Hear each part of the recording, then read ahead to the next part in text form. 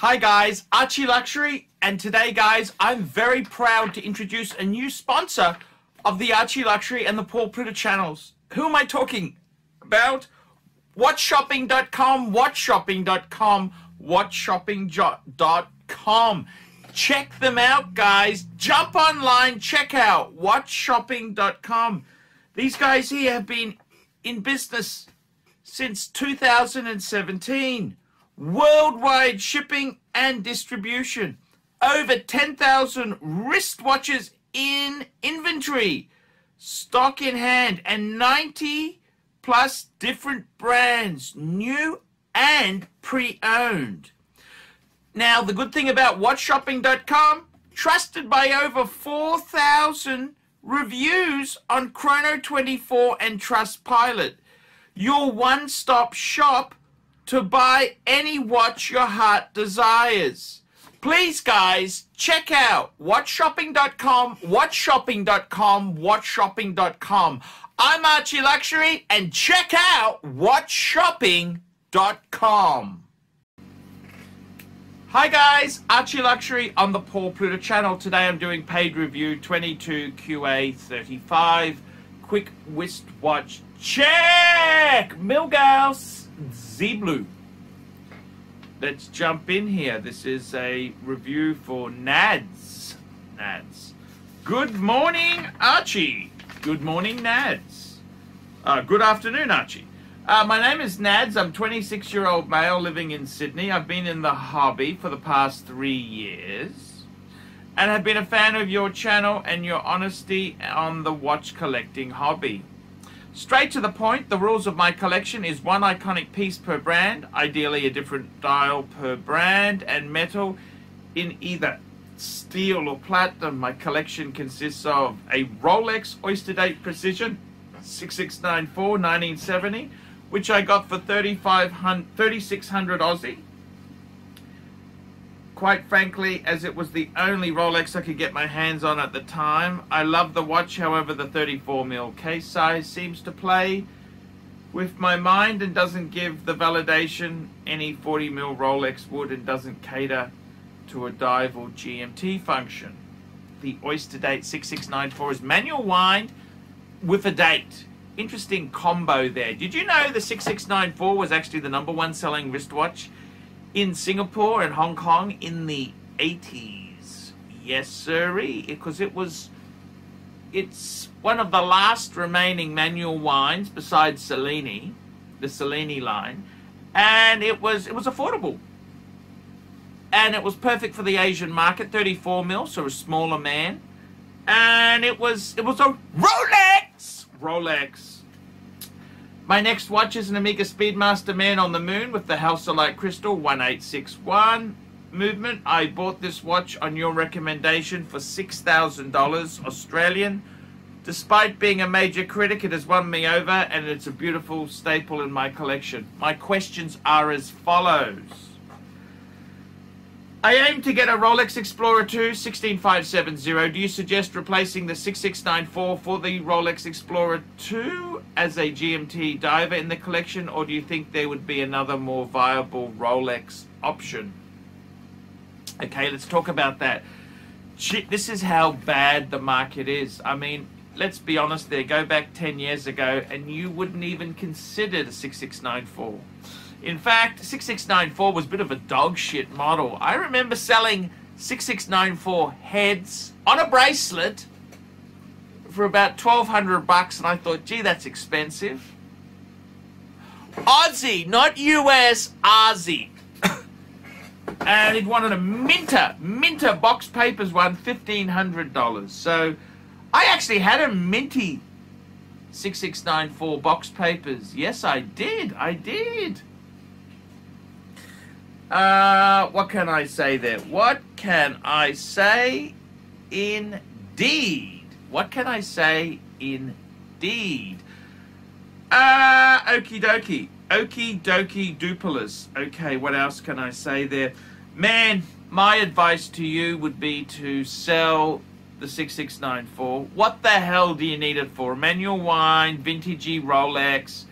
Ditch the dog! Ditch that dog put the money, let's face it, the Explorer 2 is going to be expensive. It's going to be 10,000 Aussie dollars plus. Ditch the dog to help pay for the Explorer 2. You're in Sydney, which is one of the most expensive cities on earth, so I would definitely ditch the dog to help pay for the Explorer 2. What other options? Well, that's a good question there. And when we say options, let's be honest, what sort of Rolex Steel Sports offer the same value for money for a complication? There's nothing that I can think of. Yachtmasters are more expensive. Subs are more expensive. Maybe you could go for a Milgauss, but the Milgauss is just a no-date wind and wear. I think you're better off, if you're going to have one Rolex, an Explorer 2 would be absolutely perfect. Absolutely perfect. So that's exactly what I would be doing. I would definitely be doing that. I think the Explorer 2 is absolutely perfect. 16570. I would get it as soon as you can because prices are rising. Next question is, to fill the third slot, Paddock seems to be the exit watch of choice. Holy shit. Now let's just slow down a bit. We got an Omega Speedmaster and we got a crappy 6694. What the fuck? It's like having, let me just put this into perspective. It's like having a 10-year-old Mercedes, a 15-year-old BMW, and we're talking about buying a Bentley. I don't get it! I don't get it. To fill the third slot, Patek seems to be, well, man, you got to get your Rolex Explorer 2 first. Don't look at Patek's. That's like looking at a second-hand Beamer and we're talking about buying a Bentley. What the fuck? To fill the third slot, Paddock seems to be the exit watch of choice. However, practically, I'm unsure, as a Paddock buyer are usually over 30, age mark, and an iconic Paddock is nothing under 200,000. What Paddock do you recommend in either Steer or Platinum would fit the collection? Now, I think, you know what, Sunshine, you need to wake the fuck up. Okay, you need to wake the fuck up. Okay, for starters, consider white gold. That's going to be a hell of a lot cheaper than bloody platinum or steel in Paddock. I would say, you know what, you could get a 5196 Calatrava. That's going to set you back Aussie dollars, probably. Actually, my good friend Shani at European Watch Gallery in Melbourne has one for 28,000 Aussie dollars. So that's way under 200,000. Yeah, I'd go white gold Calatrava. That's what I would do. But man, get your Rolex first. That's fantasy. That you're being a delusional fantasist. Get the Explorer 2. Have the Omega Speedmaster. Enjoy that for a bit. Paddock is, come on, you're in one of the most expensive cities on earth. Let's not talk Paddock talk at the moment. I was thinking of rounding out the collection with a Tudor Black Bay. However, your videos have clarified they are dogs. Look, no. I think you've misunderstood me, okay?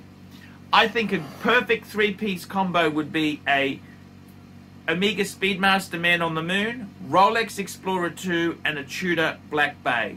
They are perfect watches. So the Tudor Black Bay, I would say the Black Bay 58 is going to be a better size. Okay, I think it's a better size, but it's harder and more expensive to get. But that's what I would definitely say. No. Tudor would be perfect for you. Any and all advice would be appreciated. Thanks in advance for your help and apologies for the misconception, as I'm a newbie to the hobby. So I just want to reiterate, come on, man, don't be a delusional fantasist. Paddock, get yourself a decent fucking Rolex first. Get a decent fucking Rolex first. Then we can be delusional fantasists talking about Paddock. And we get a Paddock white gold. That's what we get. And the reality is, man, if we can't get, we get whatever we can. Beggars can't be choosers. And I got to be honest with you. From your type of collection there, you ain't high in the pecking order to be choosing, so I only get platinum or steel. Are you out of your fucking mind? You got dog shit. You got dog shit collection, and you're dictating the terms. Fuck off. You're gonna get, I tell you now, you buy what's available. Paddock isn't something you can just pick and choose like that, man. So definitely my advice to you would be to white gold. There's some good buys that come up. It's what's available. There's so few Paddocks on the market at any one time. Beggars can't be choosers. But I would get the Rolex Explorer 2 first before we start talking the Paddock shit. Because let's face it, man, you're in one of the most expensive cities on earth. You've got a crappy 6694. That's like having a... Let me put it into perspective. That's like having an E46 BMW, 1999, with the sagging headlining and, you know, 275,000 kilometers on the clock, and we're talking about buying Bentleys. Don't be a delusional fantasist. We're going to buy the 5-year-old F30 320i. That's what we're going to do. That's the Explorer 2 16570. That's what it is. It's a 5-year-old F30, you know, 2-liter. You know, the one that gives you the chain guards, the one that has the plastic chain guards that falls to bits. That's the one you get, and then we can talk about Bentleys. Okay, guys, that's the video for today. Like, subscribe, tell your friends. Don't be afraid to put some nasty comments. And I will see you in the next one. Remember, guys, I cannot survive on Google Ads alone. I desperately need more paid reviews to keep me full-time on YouTube. Without your support, it's very, very, very, very, very hard to survive. It's very hard to survive without your support. Guys, I'll see you in the next one. And please, get a paid review, $50 US. Look down below. It helps me a lot because I'm a small niche. I can't survive in this space. Also, you can sponsor me on Patreon. Patreon allows you to pay as little as $1 a month, and it keeps me making these sort of videos. Hi guys, it's ArchieLuxury. Guys, I want to talk to you about David SW. David SW. Guys, if you are in America, if you are looking for a Rolex watch of your dreams, in fact, if you're looking for a contemporary modern wristwatch, I strongly advise you to look at David SW.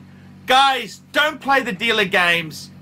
Don't bring in chocolates or Krispy Kremes for your dealer hoping to get a Rolex at retail. It's futile. Please, guys, save your dignity. Keep some pride. Go to David SW. I would highly recommend David SW. If you're in America and you're looking for a watch, go to David SW.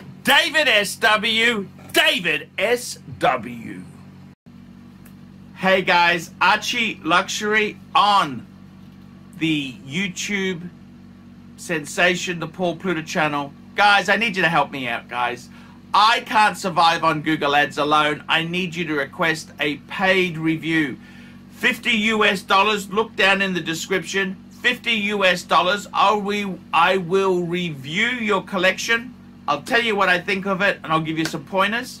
The other thing is, guys, you can sponsor me on Patreon. Patreon allows you to pay a couple bucks a month, $1, $2, $5, whatever you want, and it keeps me going on YouTube. Because, guys, I'm in a niche. Nobody can make money out of the views I get. The views are crap because it's a small, specialized area, and I don't talk about garbage for the sake of views. Guys, sponsor me on Patreon. Look down below, and I will see you in the next one.